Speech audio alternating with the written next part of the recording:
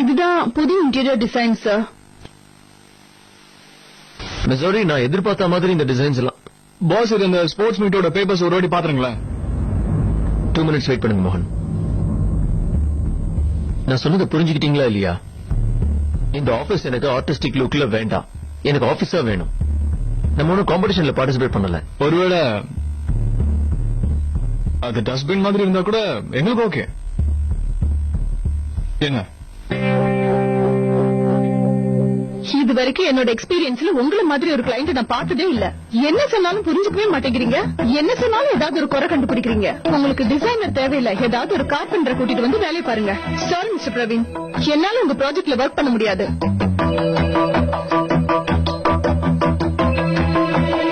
இந்த கிளியும் பிறந்துருச்சு. அப்ப அடுத்தது யாரு? இதென்னது? எங்க ஸ்கூல்ல ஃபேன்சி ட்ரெஸ் காம்படிஷன், அதுல நான் பட்டர்ஃப்ளை வேஷம் போடுறேன். ஆக்சுவலி இது எல்லாத்தையும் என் மம்மி தான் பண்ணாங்க. அப்ப என் ஃபீஸ் அவங்களால கட்ட முடியாது. அப்ப நான் ஸ்கூலுக்கு போக முடியாதுல்ல. ஒருத்தவங்க இருக்காங்க, அவங்க இந்த வேலையை பர்ஃபெக்ட்டா பண்ணுவாங்க. யாரு? நானா? ஓகே சார், நான் பண்றேன். இதை நீங்க செஞ்சு முடிக்கிறதுக்கு எவ்வளவு தேவைப்படும் நினைக்கிறீங்க? எப்படியும் ஒரு 25,000 to 30,000 ஆகும். 25 to 30? இல்ல சார், இன்னும் கம்மியா பண்ண கூட ட்ரை பண்றேன். கம்மியா? இதுக்கு கம்மியா எப்படி முடியும்? ஜோரி என்கிட்ட 1.5 lakhs கேட்டாங்க. 25 to 30? That's wonderful. Go ahead. Start now. Yes sir. இதுக்காக நான் உங்களுக்கு தனியா 5,000 ரூபாய் கொடுப்பேன். அக்கவுண்ட்ஸ்ல சொல்லி அட்வான்ஸ் வாங்கிக்கோங்க. Okay? Yes sir. Thank you so much. Welcome.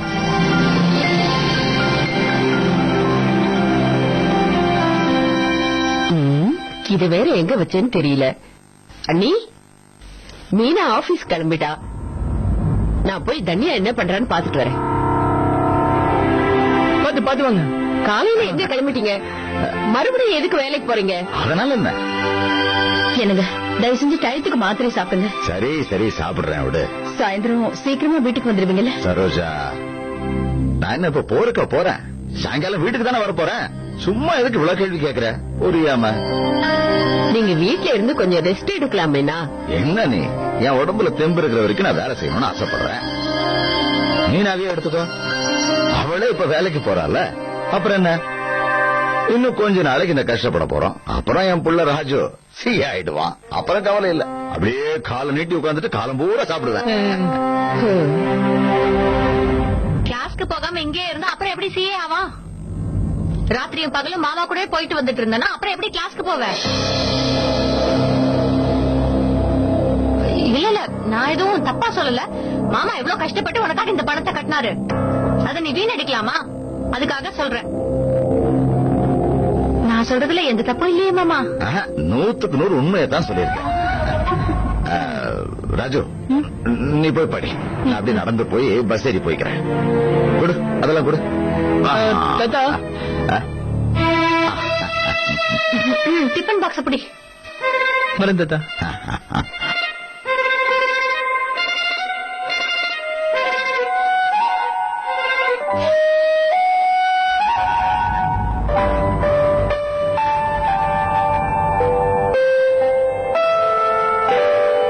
கொஞ்சம் வால்யூமை குறைச்சிக்க முடியுமா? அது கஷ்டம். இது என்னோட ஆபீஸ்.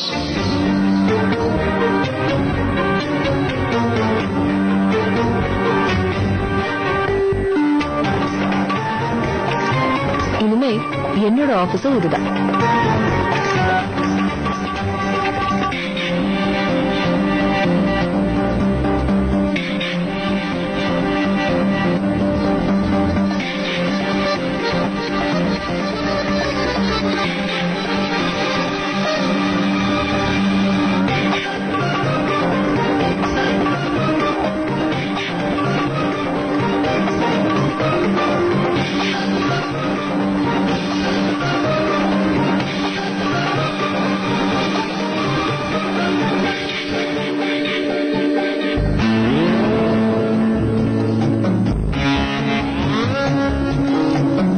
ரவி, அன்னைக்கு போன் பண்ணி ஒரு விஷயம் கேட்டியே, மண்டா உனக்கு என்னடாச்சு? அதுக்குள்ள எல்லாத்தையுமே மறந்துட்டியா? அதேதான், நீ கேட்ட பணம் இப்ப என் கையில தான் இருக்கு. நீ அரேஞ்ச் பண்ணு.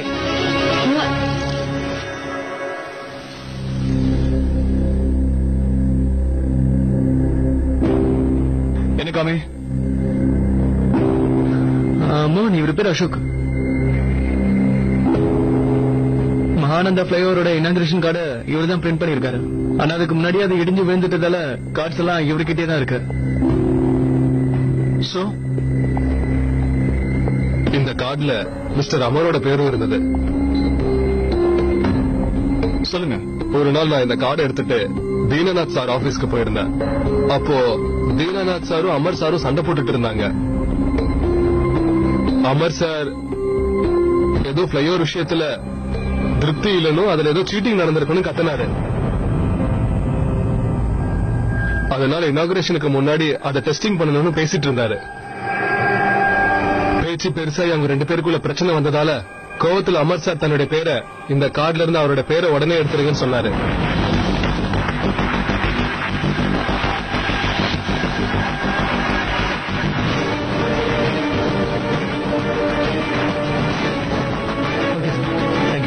வரேன் சார்.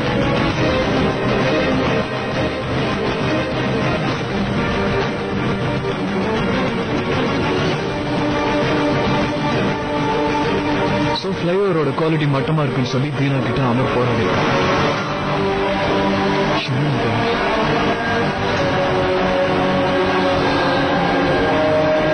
ஒருவேளை அந்த அமர் இல்ல குற்றவாளி இல்லையோ?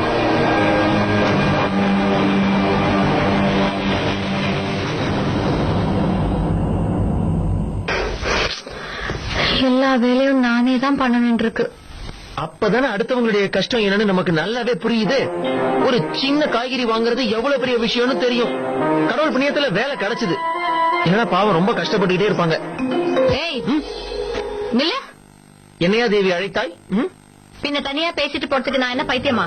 சொல்ல, உனக்கு எப்படி மீனாவுக்கு வேலை கிடைச்சது தெரியும்? மான்சி மேகசின்ல வேலைக்கு சேர்ந்தாங்கன்னா அது எனக்கு தெரியாம போயிடுமா? எனக்கு இது கூட தெரிஞ்சிருக்கேன். இதெல்லாம் யாரு உனக்கு சொன்னது? புது புது விஷயத்தெல்லாம் இந்த காலேஜ்ல இருக்கிறவங்களுக்கு நீங்க மட்டும் தான் சொல்லுவீங்களா? எங்க அண்ணன் எனக்கு சொன்னாரு. உங்க அண்ணனுக்கு கூட இது எல்லாமே தெரியுமா? ஹலோ, எங்க அண்ணன் ஆபீஸ்ல யாராவது ஒருத்தர் புதுசா சேர்ந்தா அது எங்க அண்ணனுக்கு தெரியாம வேற யாருக்கு தெரியும்? சரியான டமாங்கியா இருக்கீங்களே. நெல்ல என்ன ஏதாவது குடிச்சிட்டு பேசுறியா? மீனா அந்த பத்திரிக்கையில வேலை செய்யலன்னு எனக்கு நல்லா தெரியும். வாய்க்கு வந்ததெல்லாம் பேசுறியா? அவ ஏதோ புதுசா வந்திருக்கிற ஒரு மேகசின்ல வேலை செய்யறாளாம். எல்லாம் தெரிஞ்ச மாதிரி. ஹலோ, அந்த புது மேகசின் எதோட சேர்ந்தது நினைக்கிறீங்க? எங்க அண்ணன் வேலை செய்யற அதே பத்திரிகையோடதுதான். வாட் அன் அநியாயம். This is too bad. சொந்தக்காரங்க எங்க வேலை செய்யறாங்கன்றது கூட ஒருத்தங்களுக்கு தெரியாம இருக்கே. என்ன சொல்றாங்க?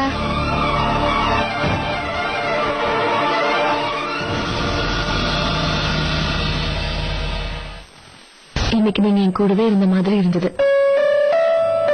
திடீர்னு எல்லாமே நான் நினைச்ச மாதிரி நடக்குது. அட்வான்ஸா அவரே கூப்பிட்டு பணம் கொடுத்தாரு. தன்யா அத்தோட ஸ்கூல் ஃபீஸ் நான் கட்டிடலாம். சீக்கிரமாவே எல்லாம் சரியாயிடும் தோணுதுங்க. ஆனா வீட்டை நினைச்சதான் நான் எந்த ஆபீஸ்ல வேலை செய்யறேன்னு வீட்டுல இன்னும் யாருக்கும் தெரியாது. அவங்களுக்கு சொல்லாம இருக்கிறதுல எனக்கும் விருப்பம் இல்ல. நானா சொல்லி அவங்க தெரிஞ்சுக்கிட்டாதான் நல்லா இருக்கும். ஆனா அவங்க கிட்ட நான் எப்படி சொல்லுவேன்? நான் சொன்னாலும் எல்லாரும் புரிஞ்சுப்பாங்களா? மீனா, கொஞ்சம் சீக்கிரமாமா, அப்புறம் ஸ்வீட் எல்லாம் காலி ஆயிடும். அடடா, எல்லா ஸ்வீட்டையும் உங்க மருமகளையும் உட்கார வச்சு ஊட்டி விடுங்க. என்ன நீங்க பேசிக்கிட்டே கொஞ்சமா எடுத்து வச்சுக்கிட்டீங்க? மருமக இப்ப சம்பாதிக்கிறா வேற, கொஞ்சம் நிறைய தான் எடுத்து வைங்களேன். ரேணு, மீனா வேலைக்கு போறதுக்கு முன்னாடி ஏன் வேலைக்கு போகலன்னு சண்டை போட்ட. இப்ப வேலைக்கு போறா, அதுக்கும் ஒரு பிரச்சனை வேற. அவ வேலைக்கு போனா என்ன, போகலன்னா எனக்கு என்ன? ஆனா அவ வேலைக்கு போற இடம் தான் எனக்கு பிடிக்கல. சரி விடுங்க, அவ எங்க வேலை செய்யணுங்கிறது அவளோட முடிவு. நாம சொல்றதுனால அவ முடிவை மாத்திக்க போறாளா என்ன? அவ வேலை செய்யற இடம் பிடிக்கலன்னா என்ன அர்த்தம்? நல்ல பெரிய பத்திரிகையில வேலை பண்றா, அந்த வேலைக்கு என்ன குறை? இதுல வருத்தப்படுறதுக்கு என்ன இருக்கு? சரி, ஏன் சொன்னீங்க? இதுல நாம ஏன் வருத்தப்படணும்? ஒரு பெரிய பத்திரிகையில நம்ம அமர் குற்றவாளின்னு கிழின்னு கிழிச்சாங்க. அத பத்தியே நம்ம கவலைப்படல. இப்ப இதனால என்னவா? மான்சிங்கிற மேகசினும் அந்த பத்திரிகைக்காரங்களோடதுதான்.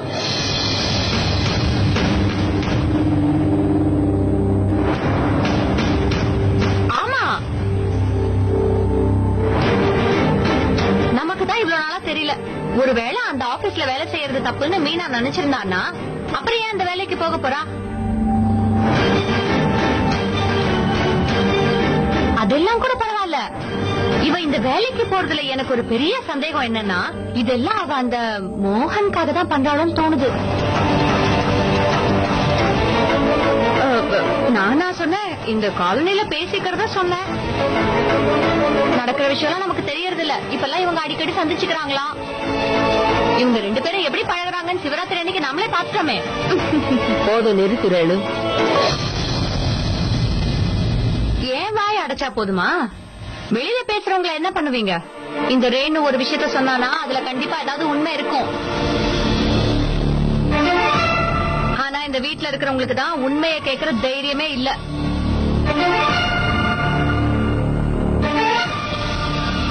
சரி, நான் சொல்றதை விடுங்க.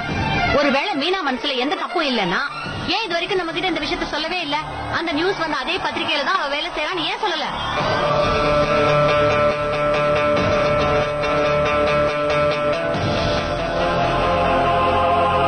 மீனா, மீனா,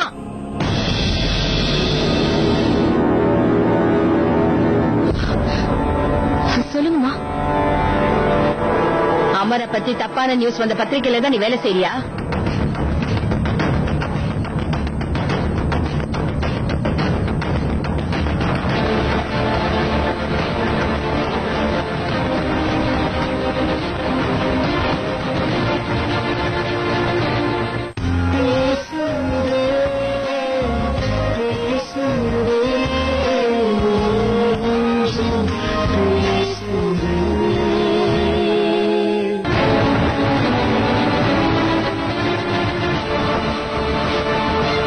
விஷயம் இன்னும் அவர் காதுக்கு போகல.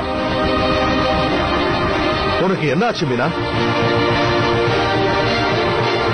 அங்க வேலை செய்யற அளவுக்கு அப்படி என்ன கட்டாயம்? வீட்டு செலவு எல்லாத்தையும் நான் பாத்துக்கிறேன்னு உன்கிட்ட நான் முன்னாடியே சொல்லியிருந்தேன்ல. அப்புறம் ஏன்? என்னமோ அமர் நிரபராதி நேத்து வரைக்கும் போராடிக்கிட்டு இருந்த. ஆனா திடீர்னு இன்னைக்கு ஒரு எதிரியா இருந்தவ எப்படி உனக்கு ஃப்ரெண்ட் ஆயிட்டான்? பதில் சொல்லு. தெரியாமல அந்த மோகன் வேலை செய்யற அதே ஆபீஸ்ல நீயும் வேலைக்கு சேர்ந்திருக்க? என் பசங்களுக்காக தான்.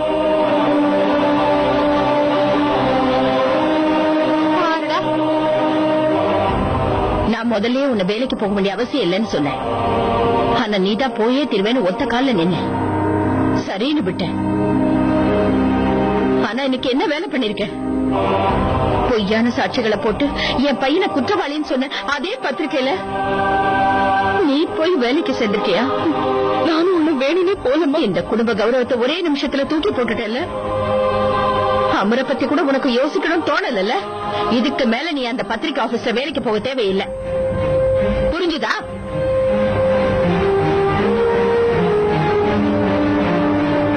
மீனா, நாம வேற எங்கேயாவது வேலை தேடி பார்க்கலாம். ஆனா அந்த பத்திரிகையில வேலை செய்யறது கொஞ்சம் கூட சரியில்லை. பெரிய துரோகம். நம்மள விட்டு போன அமருக்கே பண்ற துரோகம். இதுக்கு என்னைக்குமே அவர் உன்னை மன்னிக்கவே மாட்டாரு. இன்னும் என்னெல்லாம் பண்ண போறியோ தெரியல.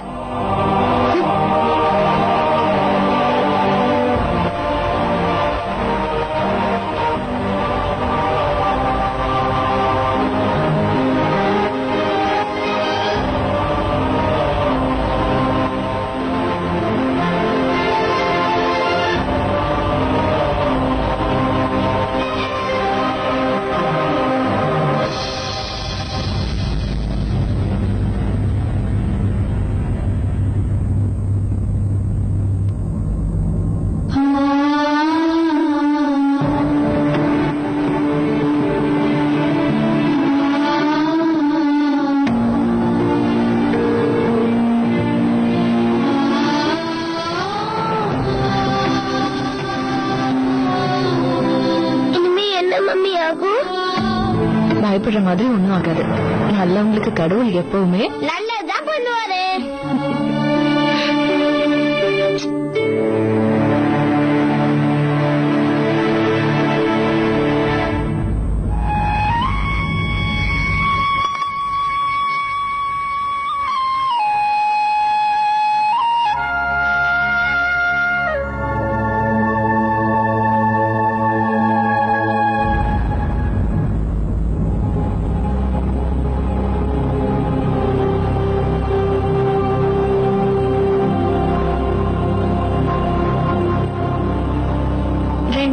என்ன வேலை காட்டினா இனிமே வீட்டுல உட்காந்து சமையல் பண்ண வேண்டியதுதான்.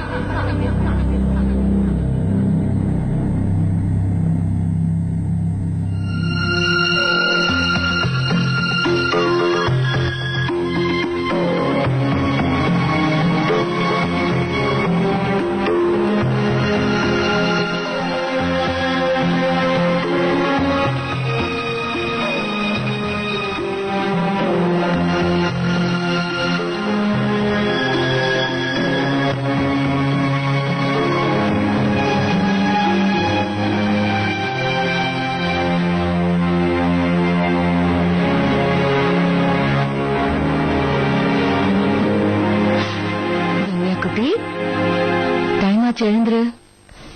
Good morning. சரி, ஓகே. உன்னோட ஸ்கூல் பேக்ல சைட் ஜிப்ல ஸ்கூல் ஃபீஸ் வச்சிருக்கேன். ஓகே, என்வலப்ல போட்டு வச்சிருக்கேன். ஸ்கூல் ஆபீஸ்ல போய் டெபாசிட் பண்ணி ரெசிப்ட் வாங்கிக்கணும். ஓகே? Okay mummy.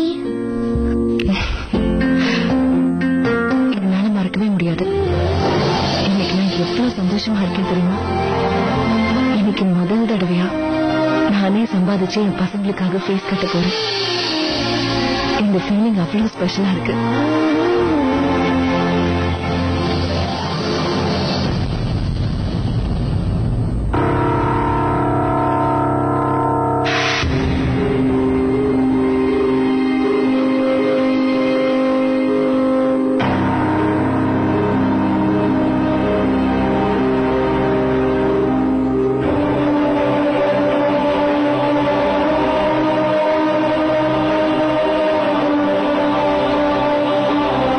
தூக்கிட்டு எங்க கிளம்பிட்ட? வாய் திறந்து பதில் சொல்லு. அத்தை உங்ககிட்ட தானே கேட்டுட்டு இருக்காங்க. ஆபீஸ். ஆபீஸா? அந்த மோகன் வேலை செய்யற அதே ஆபீஸ்க்கா போற? நேத்து அவ்வளவு தூரம் சொல்லி இன்னைக்கு எவ்வளவு தைரியம் இருந்தா நீ கிளம்புவேன்? நான் பண்ணது தப்புதாமா. அந்த பத்திரிக்கையில வேலை செய்யறேங்கிற விஷயத்த நான் உங்க எல்லார்கிட்ட இருந்து மறைச்சிருக்க கூடாதுதான். இதை கேட்கவே உங்க எல்லாருக்கும் இவ்வளவு கஷ்டமா இருக்கும் போது தினம் தினம் இந்த வேலைக்கு போக எனக்கு எவ்வளவு கஷ்டமா இருக்கும். என் வாழ்க்கையில இந்த மாதிரி ஒரு காம்ப்ரமைஸ நான் பண்ணிப்பேன் நான் எதிர்பார்க்கவே இல்லை. ஆனா நம்ம எதிர்பார்க்கிற மாதிரி எல்லாம் நடக்கிறது இல்ல. வேற வழி இல்லாம தான் நான் இதை ஏத்துக்கிட்டேன். நீங்களே சொல்லுங்கப்பா, இன்னும் எத்தனை நாளைக்கு சஞ்சய் எனக்கு பாரமாவே இருப்பேன்? என் பசங்க படிக்கிறதுக்காக அவர் பையன் காம்ப்ரமைஸ் பண்ணிக்கணுமா?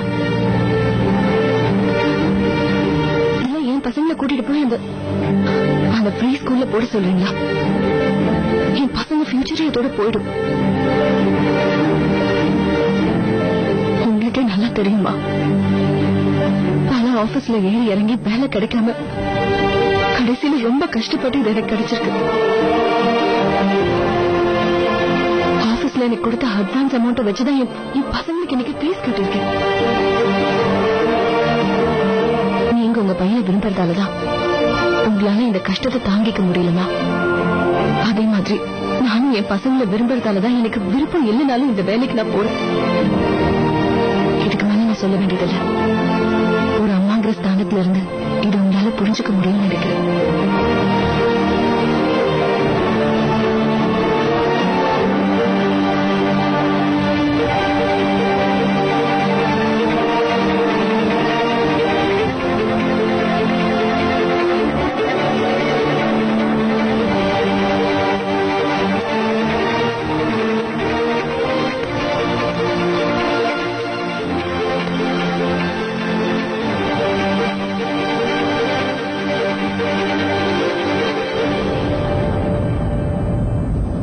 எங்களுக்காக போராடலாம்.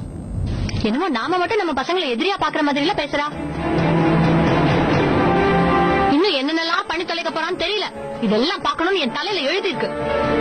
இந்த ஆட்டத்துக்கு ஒரு அளவு இல்லாம போயிடுச்சு.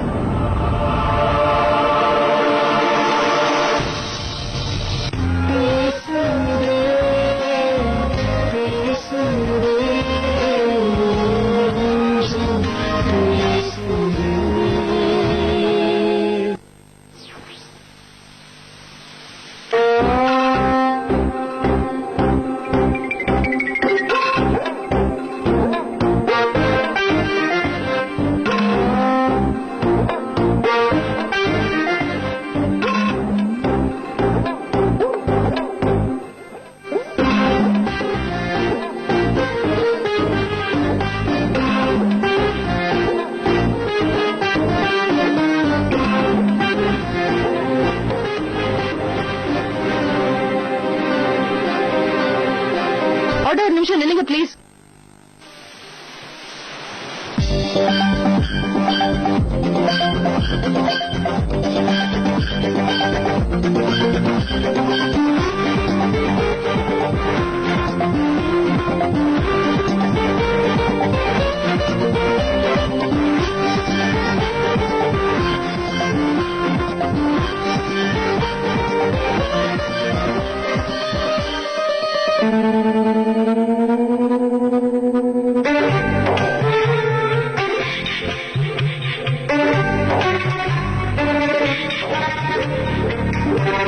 ஆட்டோ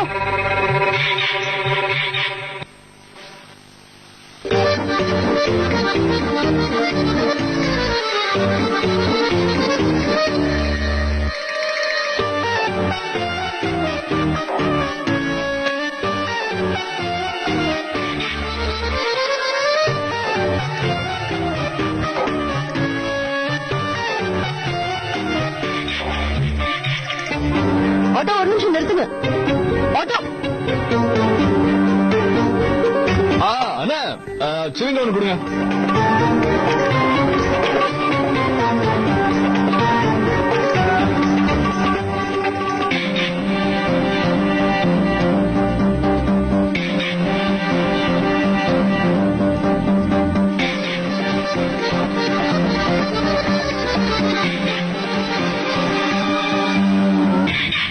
ஹே மிஸ்ஸஸ் அமர், நீங்க எங்க எப்படி? நீங்க தேவையில்லாம எனக்காக வெயிட் பண்ண வேண்டிய அவசியம் இல்ல. எனக்கு போக தெரியும். ஏங்க நான் ஒண்ணு உங்களுக்காக வெயிட் பண்ணல. நான் வந்து இதோ டீ சாப்பிடறதுக்கு நின்னுட்டு இருக்கேன். என்னாச்சுன்னா காலையில நம்ம கொடுமைக்காரன் குரு ரொம்ப கேவலமா ஒரு டீ போட்டான். அந்த டீயை குடிச்சிட்டு நம்ம உயிரோட இருக்கணும் இல்லையா? சோ இங்க வந்து ஒரு டீ அடிச்சுட்டு ஆபீஸ் போலான்னு வெயிட் பண்ணிட்டு இருந்தேன். நீங்க சாப்பிடுறீங்களா? பையன் நல்லா டீ போடுவான். தம்பி அக்காக்கு அப்படியே ஒரு டீ போடுறான். மார்னிங் டைம் இல்ல தம்பி. ஆட்டோக்காரங்களா பெரிய சவாரி கிடைக்குமான்னு பாத்துட்டு வருவாங்க. அடுத்த தெருவில் ஆபீஸ் போறவங்களா கண்டுக்கவே மாட்டாங்க. நீ எனக்கு எந்த விதமான ஹெல்ப்பும் பண்ண வேண்டாம். இது என்னடா இது பெரிய வம்பா போச்சு? நான் எப்ப உங்ககிட்ட வந்து உங்களுக்கு ஹெல்ப் பண்றேன்னு சொன்னேன்? நான் என் பாட்டுக்கு புலம்பிட்டு இருக்கேன்.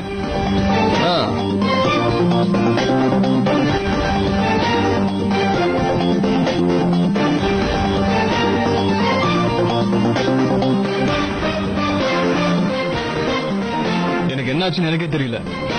பொண்ணு கூட்டு போய் ஸ்கூல்ல விட்டா சரி, அம்மா கஷ்டப்பட்டா நாம இது கவலை பண்ணோம்.